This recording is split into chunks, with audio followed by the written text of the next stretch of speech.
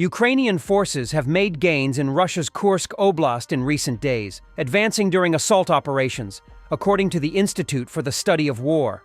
Russian sources claim that Moscow's forces have temporarily halted Ukraine's advance southeast of Sudzha, though they admit that Ukrainian troops still hold positions near Chasa Kopela, Fanasivka, and Ulanok. Geolocated footage published on February 6 indicates that Ukrainian forces have advanced along the highway between Sudzha and Oboyan, as well as in the fields east of Fanasivka. A Kremlin-linked Russian military blogger reported ongoing battles on the outskirts of Makhnivka, southeast of Sudzha, but claimed Ukrainian forces had not launched new attacks near Chasa Kopela. However, other Russian bloggers offered conflicting accounts. Some said Ukraine had fully captured Chasa Kopela, while others suggested Ukrainian forces bypassed the settlement rather than directly engaging in combat there. According to Russian sources, Moscow's forces have been deploying first-person view drones and fiber-optic guided munitions to counter advancing Ukrainian units in the region. According to a battlefield P-date from deep-state Ukrainian forces have advanced near Chasa Kopela. Ukraine's general staff has not officially confirmed the defense forces' progress in Kursk Oblast, nor has it acknowledged Russian advances in the east. Deep State also refuted claims that Russia had fully occupied Toretsk, clarifying that fighting is ongoing in the city. Russian sources report on Ukrainian advances in the Kursk bridgehead toward Fanasayevka. The Ukrainian forces has gained a foothold in Chasa Kopela and Fanasayevka, unlike in past attacks. Russian forces struggle to hold ground due to weak entrenchment and premature success reports. A few days later, we can summarize the interim results of the latest push by the AFU in the Kursk region. Compared to the previous attack on the Poplin farmstead a month ago, the enemy has achieved somewhat greater success this time.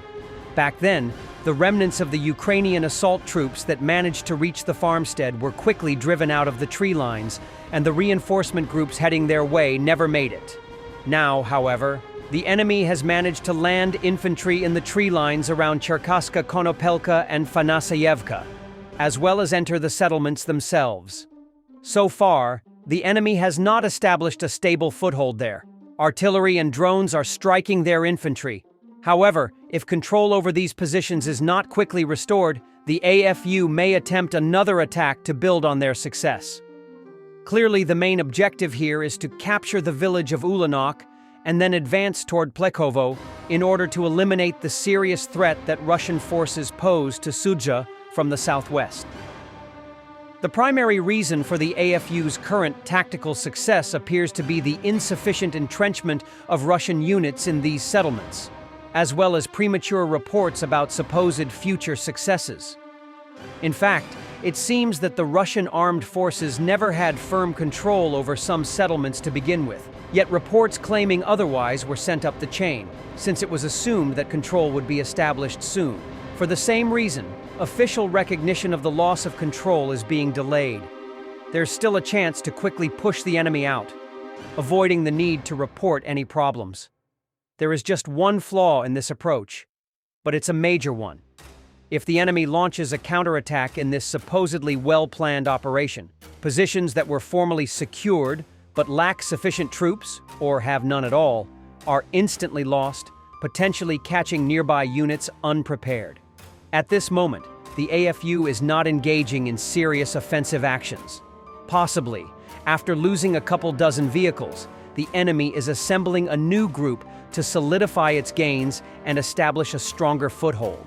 If not, then Russian forces have a good chance of gradually wearing down the remaining Ukrainian infantry with drone strikes and reclaiming the lost positions. Before resuming their offensive in the Kursk region, Ukraine's defense forces struck the occupiers' command headquarters, resulting in the deaths of about 20 officers, including some from North Korea, Ukrainian President Volodymyr Zelensky stated in an interview with Reuters. Before advancing 2.5 kilometers, our forces hit their command post, killing a large number of officers. I was told that 20 officers died, including senior North Korean and Russian officers, Zelensky stated. He described the strike as a very strong operation. Earlier, Zelensky confirmed that Ukraine's defense forces had advanced 2.5 kilometers in Kursk Oblast on the first day of the renewed offensive. Previously, Ukraine's general staff reported that the Air Force had struck a Russian command post in the Novoivanivka area of Kursk Oblast on February 3. The command center suffered significant damage, resulting in heavy casualties among Russian personnel, according to the general staff. President Zelensky also revealed that the North Korean military has resumed combat operations in Russia's Kursk Oblast after previously pausing their active involvement in assaults against Ukrainian forces. Also today, there was a report of the Chief of the Army on the situation in the Donetsk and Kursk regions. There were new assaults in the areas of the Kursk operation. The Russian army and North Korean soldiers were brought up again. A significant number of invaders have been destroyed. We are talking about hundreds of Russian and North Korean soldiers, Volodymyr Zelensky stated. According to the president of Ukraine, the combat operations in Russia are of great importance because they have distracted approximately 60,000 Russian troops in the Kursk region. This means that these forces have not been redeployed to Pokrovsky and other areas of the Donetsk region. In January 2025, it was reported that North Korean soldiers were withdrawn from the front line in the Kursk Oblast of the Russian Federation. This was due to the heavy losses they suffered in battles with Ukrainian troops. This was reported by the New York Times, citing officials from Ukraine and the United States.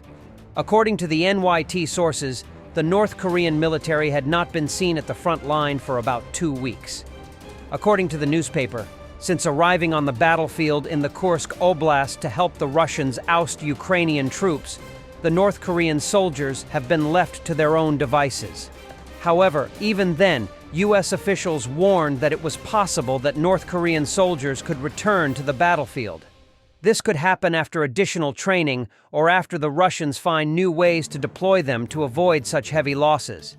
The spokesman for the Special Operations Forces of the Armed Forces of Ukraine, Colonel Oleksandr Kindratenko, confirmed in a comment to Ukrayinska Pravda that the presence of DPRK military has not been noted in the Kursk Oblast of the Russian Federation for about 3 weeks. At the same time, the military officer clarified that this refers only to those areas of the front where the SSO soldiers are fighting. According to the Ukrainian military participating in the combat operation in the Kursk Oblast, the North Korean infantry is conducting offensive actions in small groups. But when they come into contact with Ukrainian forces, they completely neglect their wounded and dead. They know that wars are not won by nobility and kindness, unlike the unrealistic military culture that the West now possesses and is trying to impose on Ukraine, Demchenko writes. Thanks for watching, and don't forget to subscribe. Also, if you want to support Warthog Defense, please become our member and get early access to new videos, exclusive members-only videos, and become administrator in comment section. The membership link is in the description. Rescues every day. We had a guy last week, it's 6 rescues in 6 days. You know, he's doing the job every day.